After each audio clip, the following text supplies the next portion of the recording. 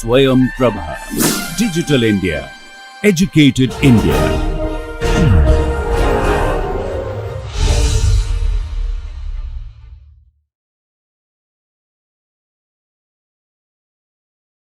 So it's mostly up to you. Have people here written any web code themselves? Anybody?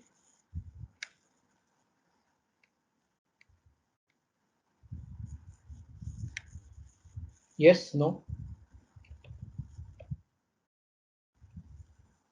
I think most of you should like turn on your microphones or something so we can have a more freewheeling discussion, I guess.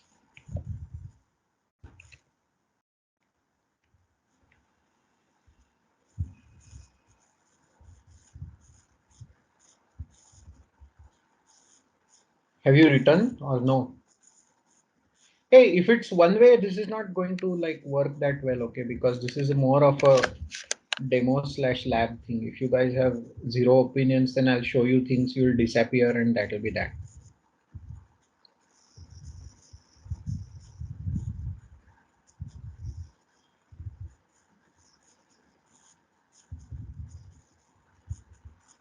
Namit, are you there?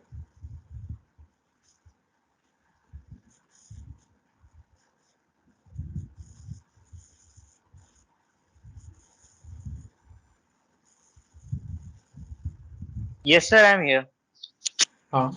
So have you done any web programming? No, sir, very basic kind of. Not, I'm not into web development. Yes, web Okay, programming. it's not a question of whether you are into it or not. I mean, it's a, so what are you into? What would you prefer? So actually, I'm preparing for placements right now. So Sorry?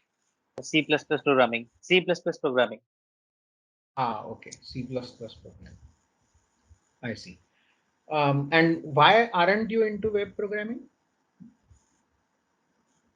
Any reason? So not any reason, but yeah, but I just wanted to have. I was more interested in C++ and data structures. Okay, no, that part is okay. So, okay, let me get one or two other opinions and we'll see what happens. So, Pallavi, how about you? Have you done any web programming before? Have you what other kind of programming do you like?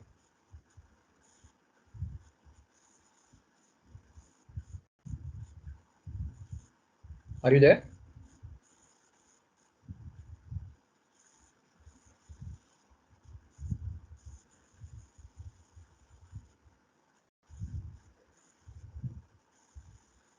Anybody else? Fahad?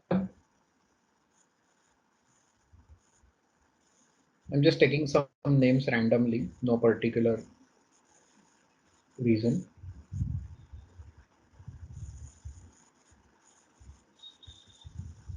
Mayank?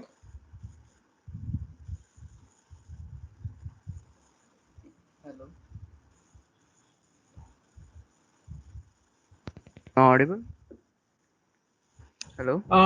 Say that again. I think you disappeared for a while. So Am I audible?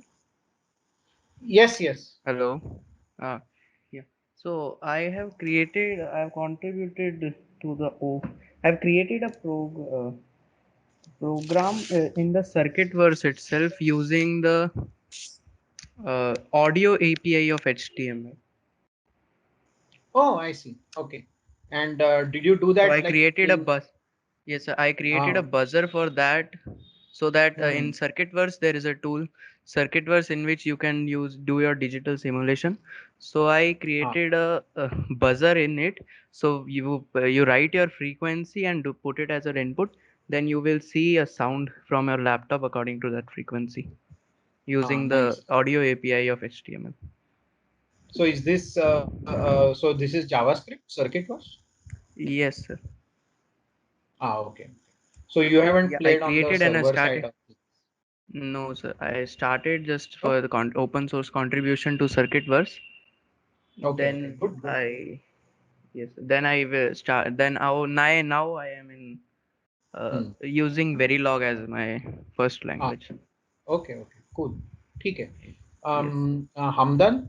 I Is that, I play also sorry. use the socket programming to create a multiplayer quiz on my own laptop.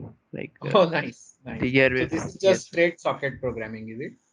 yes. This was a college project, so I Okay, used socket programming in Python, okay, and yes, okay. Hamdan, is that how you pronounce your name? You there?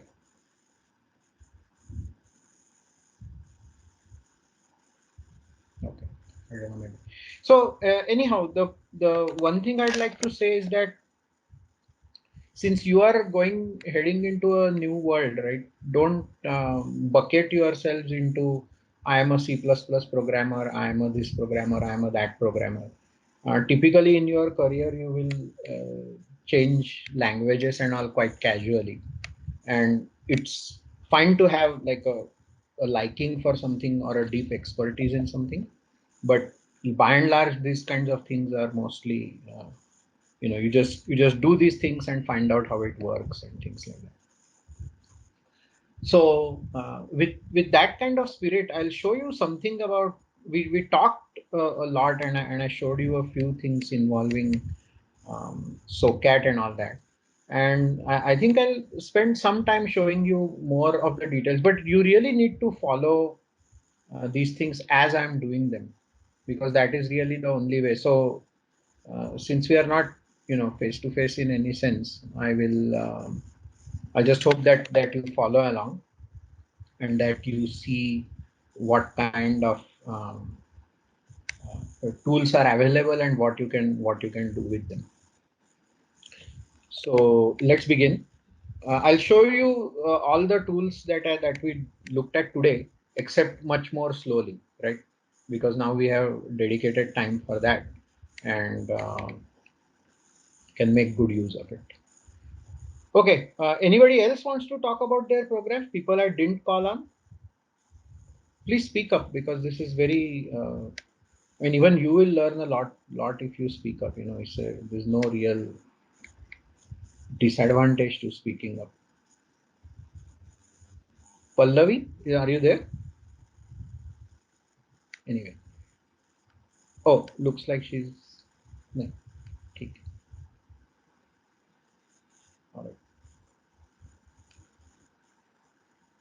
So let me.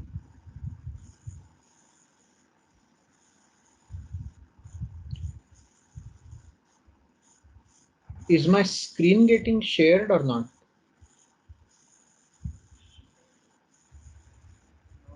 So your screen is not visible. Okay. All right. So let's see. So one of the first things to understand about the web, like I said earlier, was to understand the details of there are these layered protocols, and SOCAT is almost the first starting point. And by the way, the generally in your future, I think there will be a lot of demand for web related things as well. So even from that perspective, you might want to study these things a little bit more.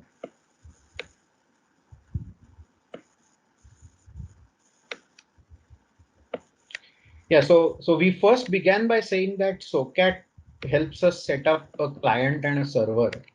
And so um, let's look at some of these steps, and then I'll show you what this other thing does. So here, right here we have this TCP listen mode, and on the other side we had this SOCAT in client mode talking to 8001. And one way to understand things like SOCAT is that they actually have pretty good man pages, and in some ways really extensive ones. So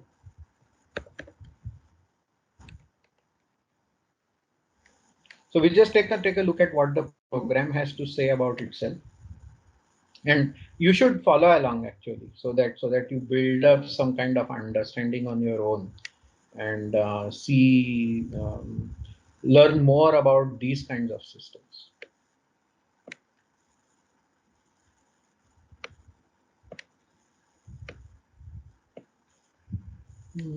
One moment, there's some network issue I have. I might disconnect and reconnect to a different network.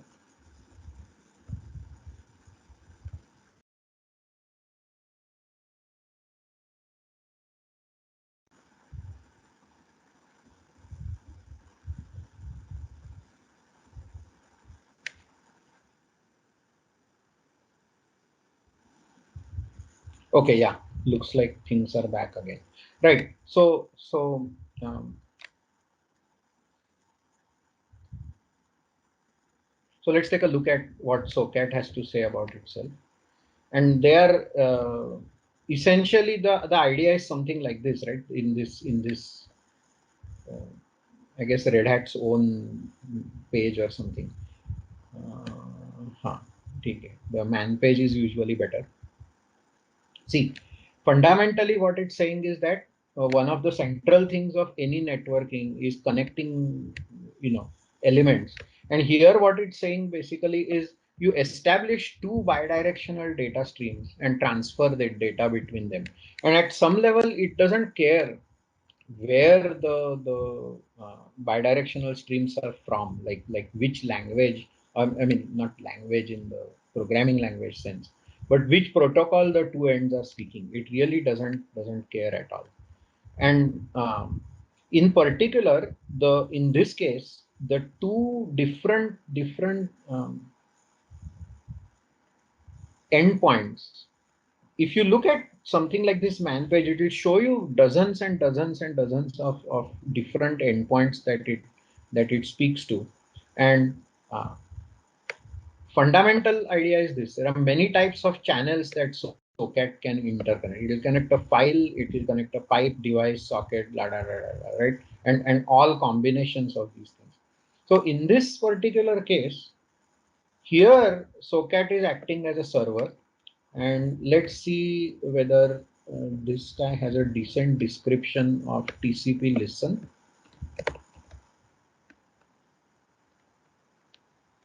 So we have TCP listen.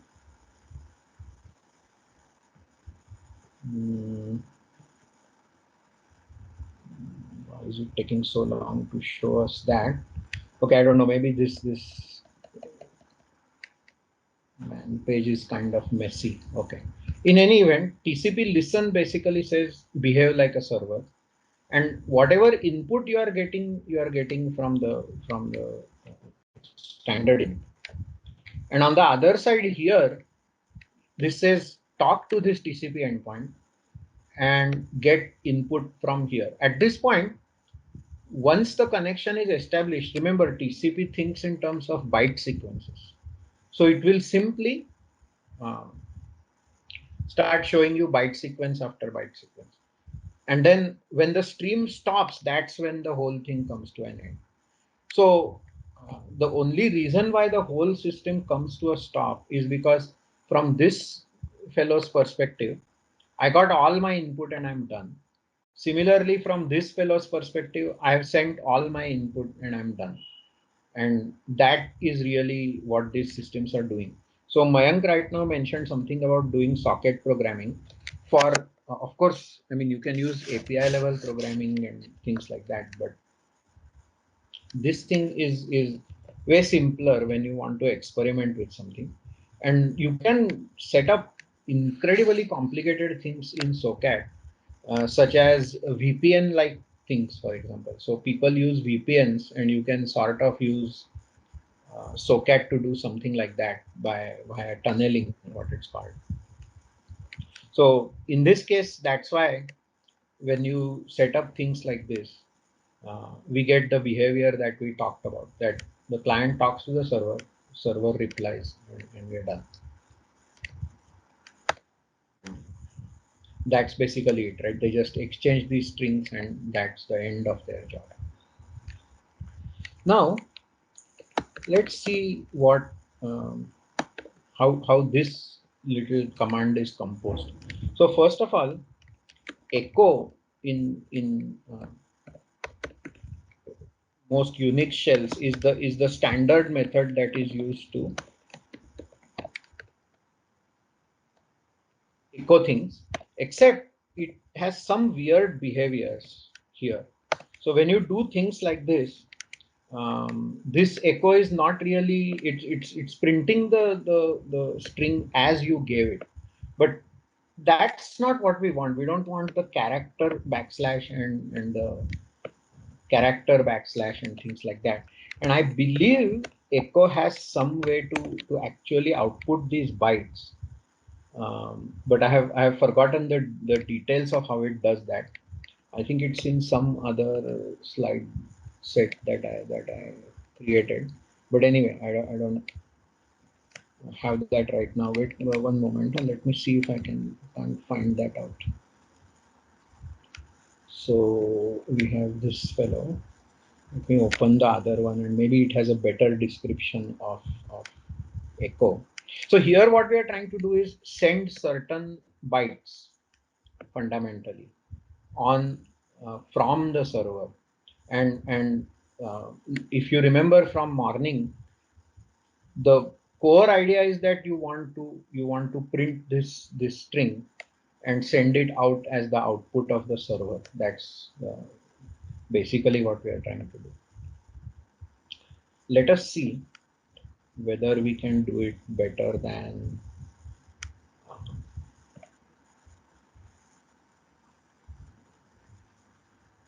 so I think, yeah, this one probably has a lot of the detailed descriptions. I had written these slides for another such workshop.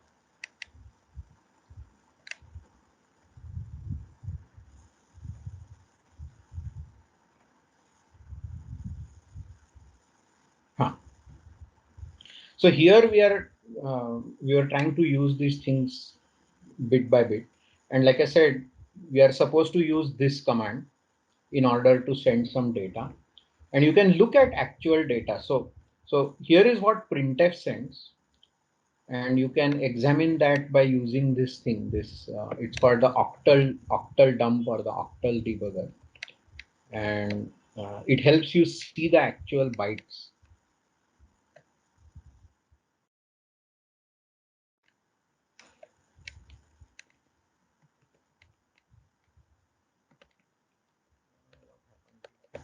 Ah, yeah, I moved to this new laptop and some of my standard commands I've never used them, so I never installed them. Shit. Not good. So I'll have to theorize instead of actually showing you things, which is exactly not what I wanted to do during the demo, but forgot about it. In any event, the idea is that in the ASCII code, when we write things like /r and /n, we actually want to send certain bytes. So let's see what the ASCII code for these things is.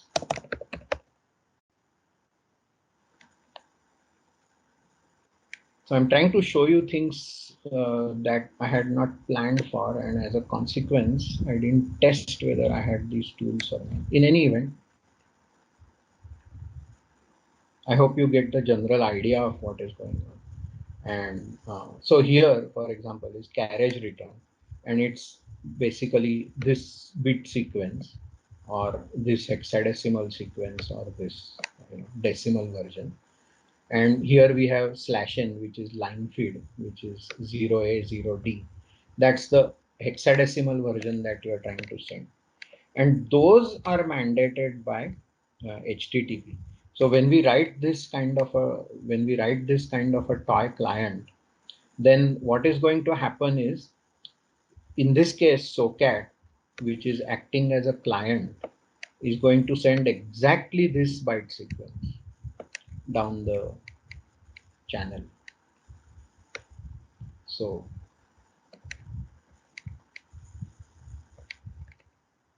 if we do that,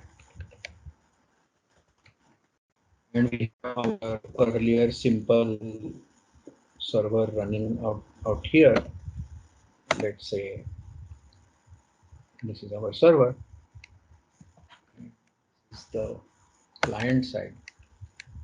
Then, okay, the problem here is this is Unicode.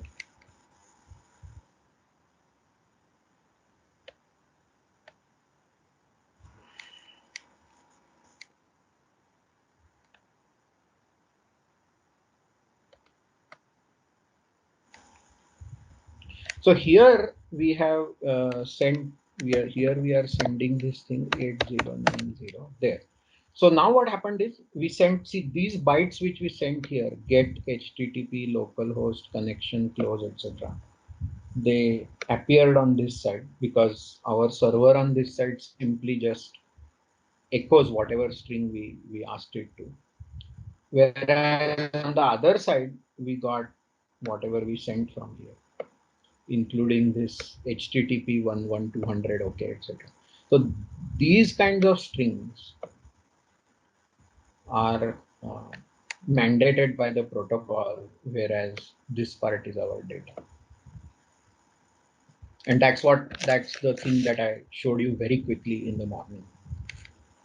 And you can actually see these kinds of things happening on the browser as well. So let's take a look at how to see what is happening in the browser.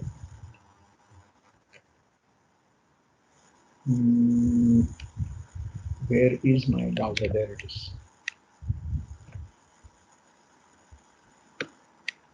So in this slide deck, I have some detailed things on what you can see in the browser. Yeah, so here is what we are going to do. We will, the protocol standard itself is served on the internet via this ietf.org. And we are going to make a request to this URL and look at what all things the browser is sending.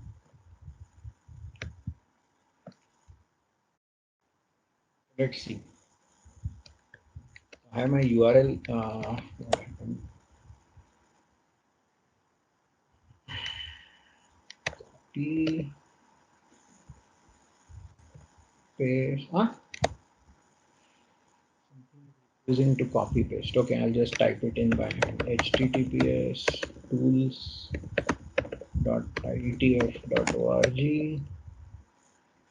HTML RFC 1945.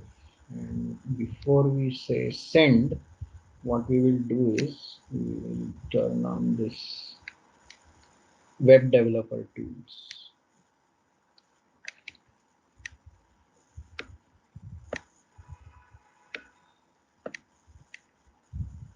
And we're going to see what happens on the network.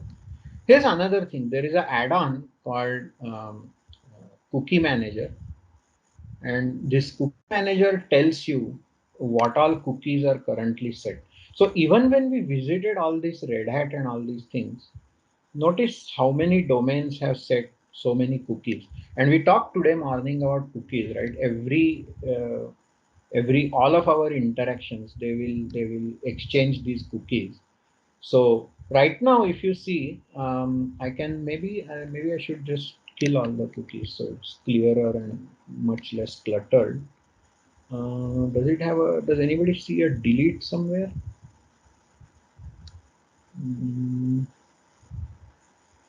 This cookie manager should. Okay, there it is. Bottom So left. delete all cookies. Yeah, thanks. So yeah, this cookie quick manager is very useful for understanding all the clutter that the websites put on your system. So here we are going to visit this guy. So let's do that.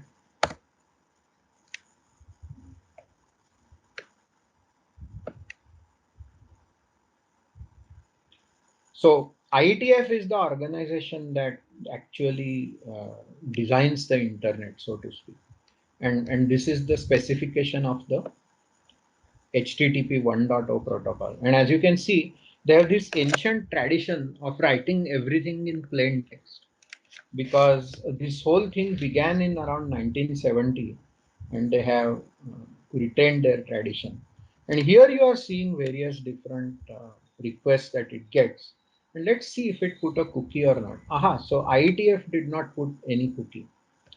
Now, let's see somebody who might put a cookie, but maybe not that aggressively. Who will do that? I think Wikipedia will put a cookie, but Wikipedia is probably okay. So we'll again, I can do this settings here. I want Control Shift I. Excuse me, sir. Yeah, yeah. So, what do you mean by saying that not that much aggressive? Not that much. Okay, so your typical. So if you looked at Red Hat and those kinds of things, so this is a magazine, okay, die.net. It's a German magazine. So we killed all these cookies. Let's see what the German magazine said. So the German magazine will probably set some cookie or the other.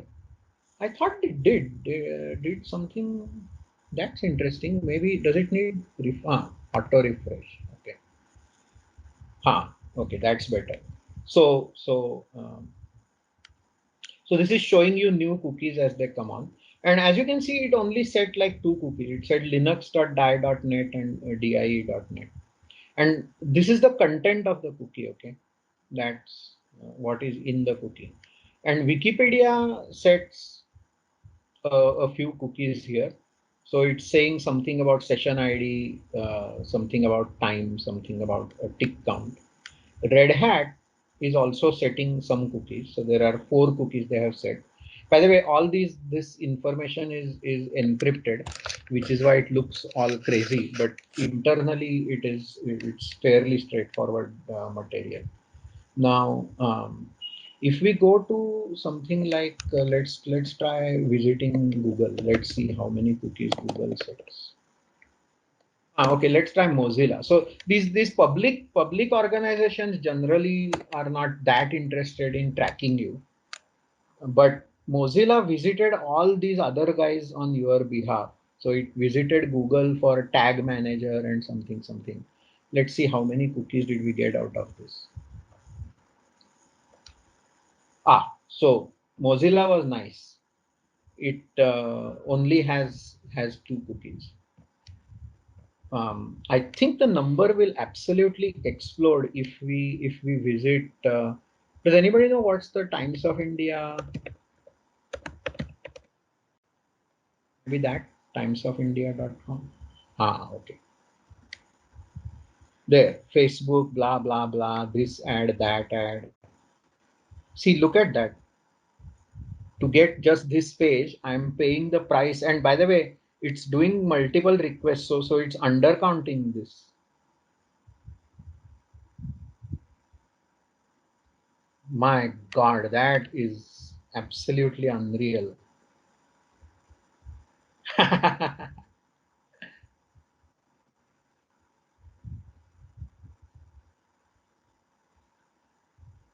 See, Ghana.com, CLMB Tech, whoever that is, ads, Pubmatic, MediaWire. And now let's take a look at our cookie manager. There. See, all these fellows, they put cookies on your machine just because you visited these people. And it's just not stopping. It's like continuous hammering. Look at that. So mo.net, CLMB, Ghana, India Times, something pre-bid. Pre-bid. So by the way, this is a sign that somebody is bidding on showing an advertisement. And these guys alone have 8 cookies. So look at that. You came from wherever a geographical region was Maharashtra, India, this, that. When did you come in? And so these advertising agencies, I mean, newspapers are fundamentally run on advertisements. So they're constantly tracking you and creating all this information. And it's continuous. I mean, it's simply, there's no, like, the page isn't ending there. They're perpetually hammering. So this quick manager will show you. So that's what I meant by aggressive, by the way, right? They'll visit dozens of different sites, continue to make these calls, and each of these fellows will put their cookie in order to track you one way or another. So, And this, but, excuse me, sir. So, but yeah, this go ahead. should come to an end, right? No, the page is, I think, permanently refreshing. Maybe no, looks like it came to an end. So 600 requests, and it flipped something once. So it's probably, so just visiting Times of India means you have made something on the order of, wow, look, it's not stopping, because it is trying to get some fresh data, maybe. So it is running Stop. live and in real time, and it is getting up like every time. Yeah. So Okay. an incredible 2.20 megabytes transferred. I don't know what 20 megabytes and why, what this is saying. In any case, that's what happens behind the website.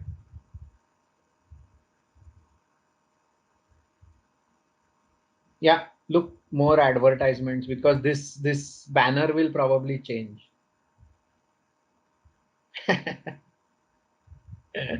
Yes, sir. So that's what the web really looks like, by the way. And most people visit all these places without really, with zero protection. So they together, all these companies are absolutely. So here, for instance, whoever this company is, so let's see, learn more. What will they say? Yeah, so this, whoever these people are, Toradex. Okay, but yeah, die.net is a hardware type.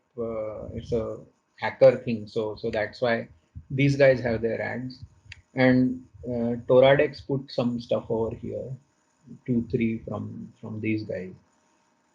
So there we go. So that's what tracking means. So if you actually look at your browser right now using something like Cookie Quick Manager or whatever Chrome thing there is that is equivalent, maybe you will find that you are absolutely like inundated with cookies, because you do this for a week or 2 weeks, and there's like scads of things there all the time,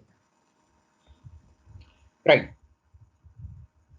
So that is one part of uh, what goes on in the web. Now let's take a look at some more, benign stuff. So here I'm going to use the Cookie Quick Manager to kill everything. Right. And now let's see what we get. So here we first went to no, what? Oh, it's initiated from. That's really annoying. Okay, so here we have the actual. See, remember I was showing you these kinds of things, right? Get HTTP and all that. Here something similar is happening. The request, we have headers, we have get, and if I see, where is the, okay, something has changed. I haven't looked at this in a while, and this is looking quite peculiar, because where is the actual raw? Okay, here it is. I forgot. I think they show it this way. So this is how it looks like, the request. You when you make this call, you are sending these many things. And let's take a look at the raw contents. So the raw contents, this is actually the text that got sent. So that's just to make it look pretty. Let's look at this fellow as raw as well. So you sent this, it had this host data tracker, user agent, something called what does it accept. So I'll show you some of what these things say here. So we had get, we had host, we had user agent and some other stuff. You have some accept header. It says connection, and in this case, connection says keep alive.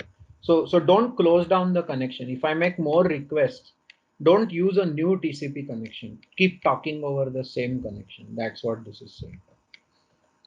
So look at this. Get is the method which says what is this request for, and host in line 2 must match the host name in the URL. That's the rule.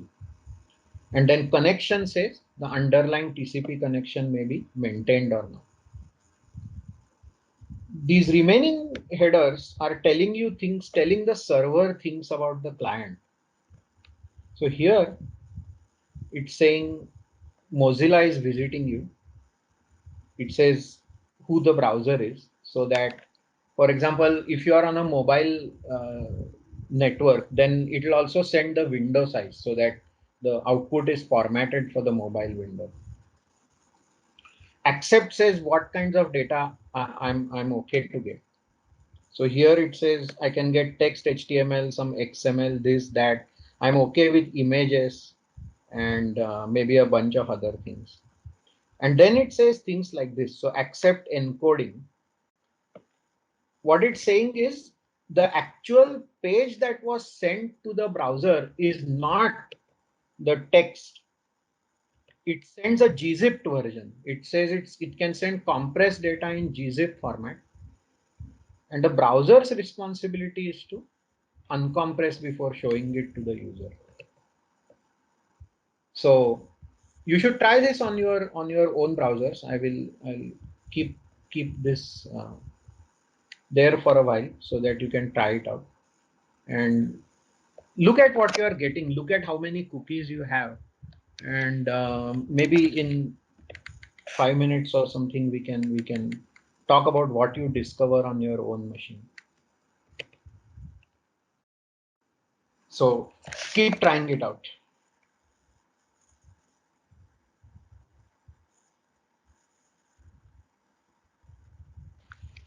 Hi, I think Yeah. this would be interesting to bring up now. So Mhm. it turns out that I've actually installed Pi-hole, which blocks all of these requests in my network at like DNS level.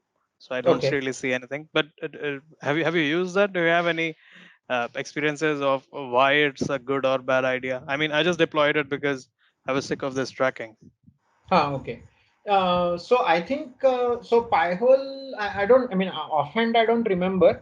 But is this? Did you install it? Do you have a router of your own that you are programming, or you put it on your the machine? No. So I bought a Raspberry Pi and I put that Pi-hole on the Raspberry Pi, Oh, I and see. now it's acting as the local DNS server. Basically, it's my local DHCP and DNS Okay. server. Okay. Yeah. Okay. So that's what Pi-hole is. I thought it was one of these because there is software for outbound blocking, but you are actually it basically blocks the DNS for all these ad guys and all. Okay. Yes, basically, it does not allow any. So when these ad guys send a request, Hmm. it hits the DNS server that is running in the Pi-hole, and Okay. Pi-hole returns like DNS not found. It does not Okay. simply does not return the DNS. Okay, doesn't resolve it at all. Yeah. No, Yeah. so that's excellent. I haven't done that. I tend to protect my at my machine level, but that's just because back when I got used to doing these kinds of things, stuff like Pi-hole and all took a long time to make it work. So maybe I should look into it again. If it was easy, then maybe I'll do what you are doing actually and block it at the DNS level. But of course, you get the same thing because you can get these browser add-ons which stop this kind of thing from happening.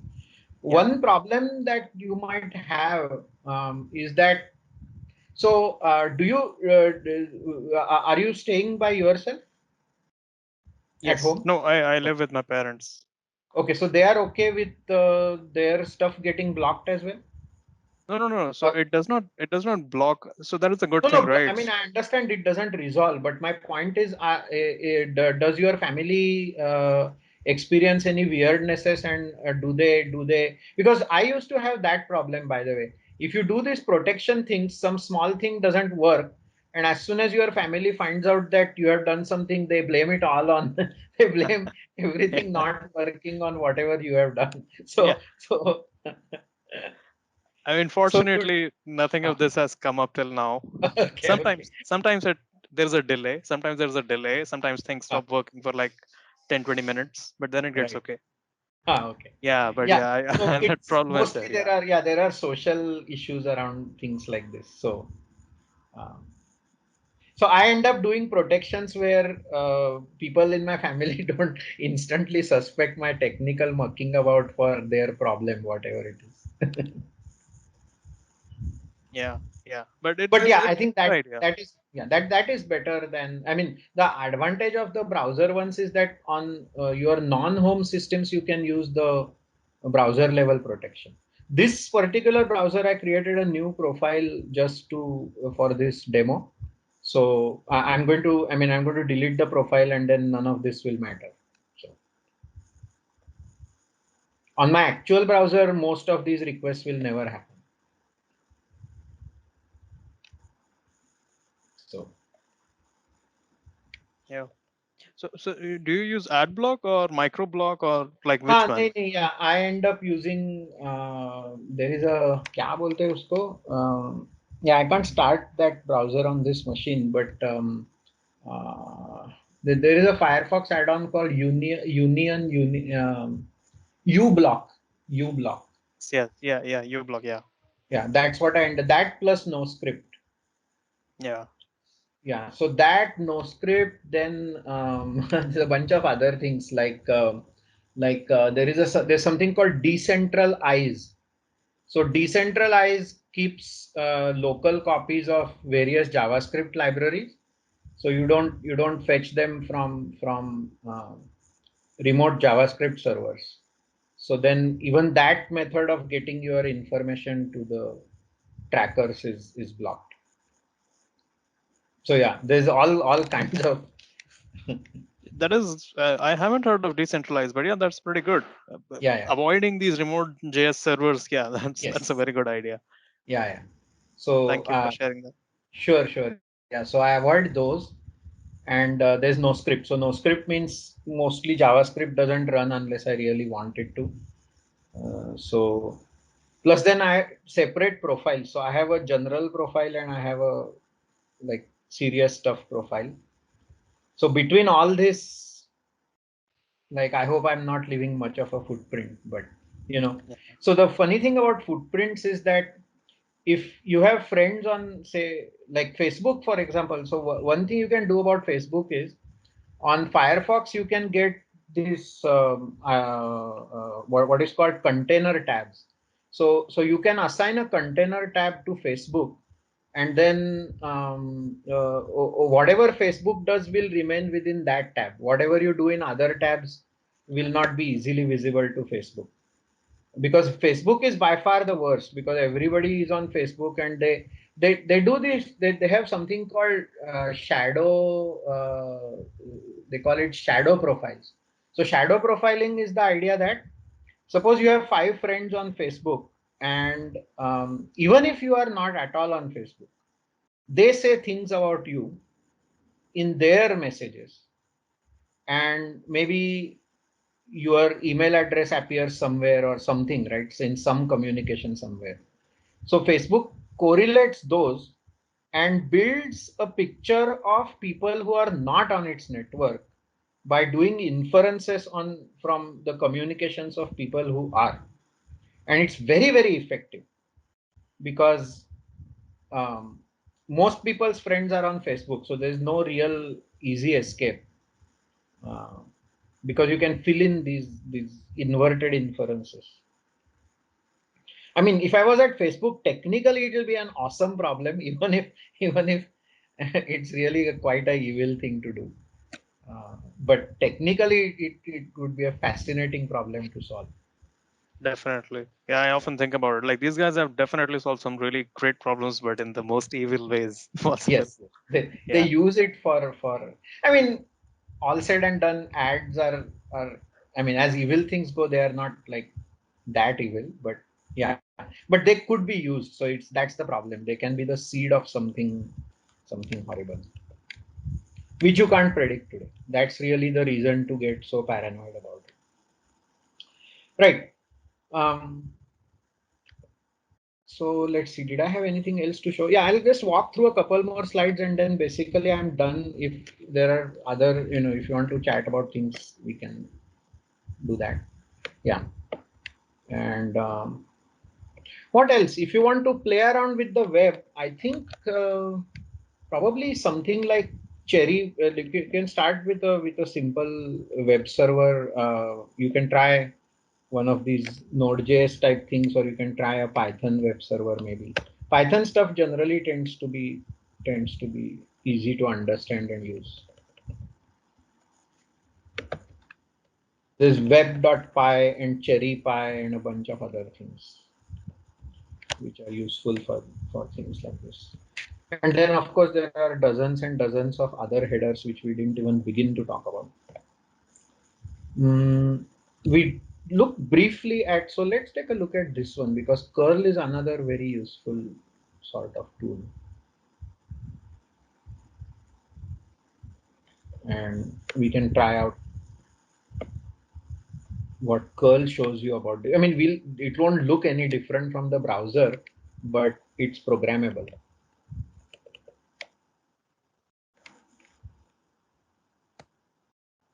So if you say curl v, then you're throwing away the content and just printing the what is going on. So here it's telling you it's doing some TCP setup. It's saying something about what it takes to do a secure channel, and then here this is what it sent to that RFC 1495, and this is what it received. So that's what the headers look like if you are not visiting from a browser. Um, and how the browser is identified, it's identified basically with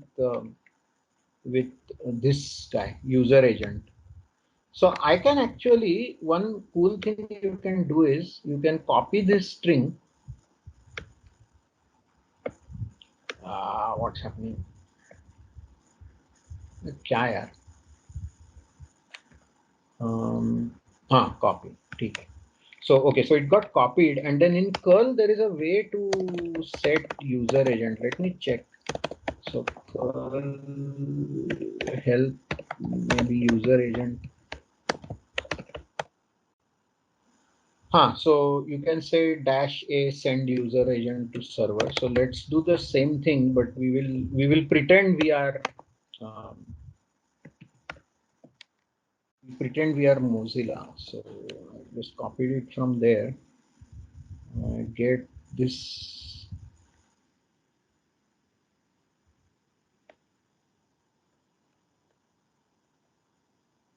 Okay. So I'm going to send the Mozilla string, and now let's see how the headers change.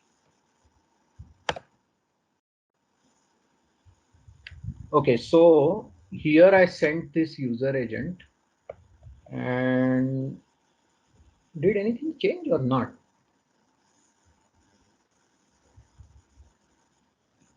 I would have expected a change.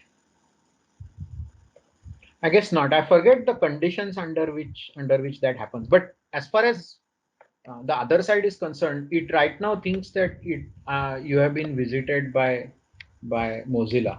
Although they may have some protection to make sure you aren't doing things like this. I think you have to maybe uh, get all the other headers right as well. So I'm just showing you, ways to fiddle around with the underlying infrastructure so that you can understand these things as a programmer. I would have expected more headers like this. A little surprised I didn't get any, but that may be because just copying this is not enough. Maybe I need all the other stuff. Um, and there's a way to actually copy this entire thing and give it to curl so that curl can match I mean, it can impersonate a browser. And this impersonation matters when you are doing QA tools, by the way. So a lot of I used to one of the things we had to do back in the old days was to develop good QA tools, because doing QA on the web is very difficult. And so you try to automate as much as you can. And for that, your program has to simulate the behavior of a browser. And there are ways to do it. There's a famous tool called Selenium, uh, which is used for things like this. Right. So browser dev tools, I mean, if you want to do any web dev, then you must understand your browser web tools very well. And then just to remind you, we'll shut this thing off. We'll stop shortly. But just to remind you of a couple other things we looked at. We also looked at. See, here is one other interesting thing I can show you. So Netstat shows you live connections. So here, this is showing you various live TCP connections. So they are all in the established state, and these probably go to my ISP, the service provider I'm using. And these are the different TCP states that you can see. Most of these are, so this 127.0.1, these are all local TCP connections to the on the machine itself.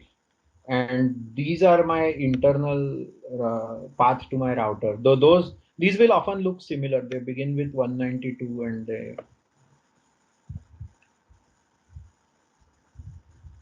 Yeah, so these are IPv6 connections, that large ones. Instead, this is IPv4.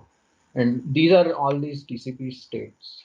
When we talked in the morning about those SYN ACK and all that, established and time wait, this is where they are from. So let me show you that as well.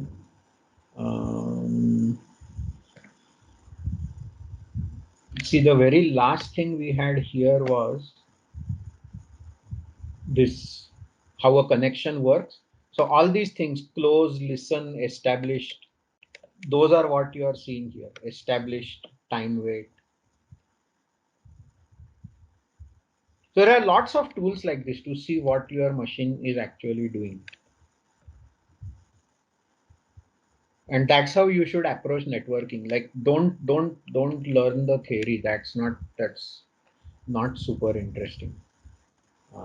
What you actually want is to have some fluency with the tools. Right. So I hope you can maybe, if you didn't, this was a little too fast for you to follow, or maybe, but for sure you should know your browser well, and you should know the browser tools well, so that you understand what the underlying machine is doing. Even if you don't learn these networking tools for a while, whenever you have your networking course, bring these things up and connect the theory and the practice. Okay, so that's it from me. Anybody who questions, yeah, welcome. We can discuss things, or otherwise, bye. And I hope this was interesting to get a bird's eye view of networking and some, worm's eye view from under the network with all the tools.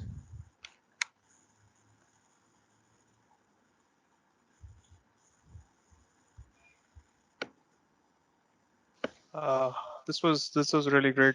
Thank you for the session. I have a bit of tangential question. Haan, bolo. I think you would have really great experience in that. So I've been recently, I mean, yeah. So when by the way, I do research in computer architecture, so I have more of a that side, like hardware side focus. So now I see that almost all applications are shifting from your system, like from your on-premise model to the cloud-based model, right? And your clients are basically these mobile devices with browsers, and the user lives in the browser, right? Yeah, yeah. So it turns out that browsers are actually really, really bad for our processors, because they have such random accesses that it's really hard to accelerate these kind of workloads. So and I also read about this new thing coming up known as this WebAssembly, right? So Yeah.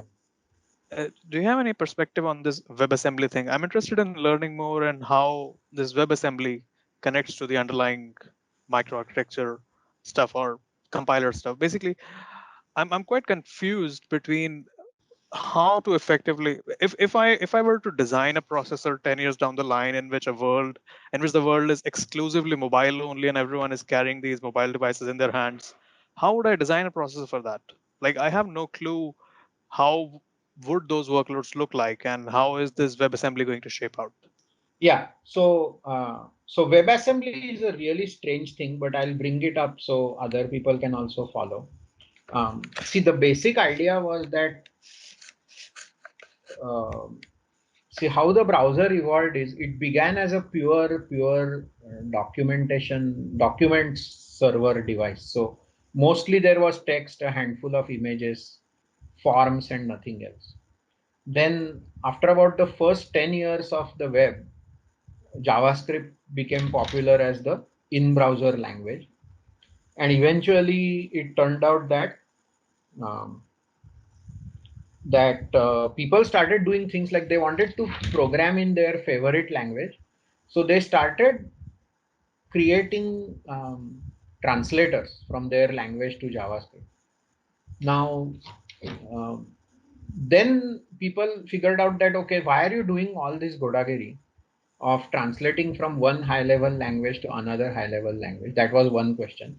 Meanwhile, in order to fundamentally speed up the web, Google put in a lot of effort and hired some expert language developers to create what are called JIT compilers for JavaScript so that JavaScript became seriously fast. The reason Google wanted to make it so fast was the more activity on the web, the more ads they can serve, right? So, I mean, it isn't niceness exactly. It's like a mixture of goodwill together with the ability to make more money. So that's what happened. And then after all this, people realized that, well, why program to a high level language? Instead, they did something funky. It's so WebAssembly is almost like a. Do they have any examples here? So WebAssembly isn't really a um, assembly language in any sense. It is actually a knockdown version of. So see, okay, so they have a text format here and they have some binary format. So they came up with this format, but internally, WebAssembly is basically a encoded form of JavaScript almost. So that you can take engines that were tuned to work well with JavaScript and run this thing as if it was a kind of a JavaScript. But all these other formats and all which they have designed, that's mostly for compression purposes. The ethos is to reuse JavaScript engines better. So WebAssembly is whatever can be compiled easily via the JavaScript JIT engine. So it's like that. So it's not, and this is an example. So there is this phenomenal thing called mscripten, which actually compiles C and C++ to WebAssembly. So that there is this fellow. Let me see, Fabrice large Linux. There is this fellow who has Linux kernel working in. There we go. So using mscripten, this is a Linux kernel which works inside the browser, like source code and all. I mean, this is like straight compiled from the Linux kernel source code. And so WebAssembly is this really strange creature, which is an assembly language which is designed to be well compiled by a JIT engine. And as far as your question about what CPU architecture means in this context, I mean, the number of strange layers that are there are just so damned high. So see, this is what they're talking about. So the first technology which did that was called ASM.js, and ASM.js here. So it's a subscript of JavaScript designed to allow software written in C to be run as web applications. That's what MScript and effectively does. And then a later generation of ASM.js got sort of baptized as WebAssembly. So yeah, I mean, it doesn't surprise me that it's impossible to create, or at least very difficult to create a great CPU for executing this crazy mishmash of um, of systems. So yeah, the precursor technology, the ASM.js and Google native client. So I think it's going to be like, I'm not really sure that with these many layers in between the code and the CPU, that what amount of predictability, if any, can exist. Who knows? Not a clue. Absolutely. I completely agree with you. So, do you think it makes sense to, instead of cutting through all these layers, rather than focusing on the language, we instead focus on the runtime? Because the runtime is going to be consistent, right? The V8 Yeah, engine is going to be yeah, always yeah, there. yeah. So, is there I a mean, way to yeah, that's the only design realistic for choice. V8? Yeah, that's the only realistic choice. Make it design CPUs such that it is easier for JIT engines to do a good job. So put it that way. But that so I again, this brings me to that question. Like, I have no clue. Does JavaScript follow a virtual machine model like JVM does? Is there some sort of a VM inside there? Like, how is exactly JavaScript executed? No, Like, there is what a is V8. V8? There is a V8. Yeah, I mean V8 is the VM. Yeah, Like, is it a VM? Because I'm not it's a sure VM. what it is. It's a VM of sorts. It's like a so these are VMs which are designed for on-the-fly code compilation. So the entire program is not compiled in one shot. You do it Yeah. piecemeal, and then you observe how well, like for example, if you are in a tight loop, then after the third or fourth iteration, you will just compile that loop into assembly.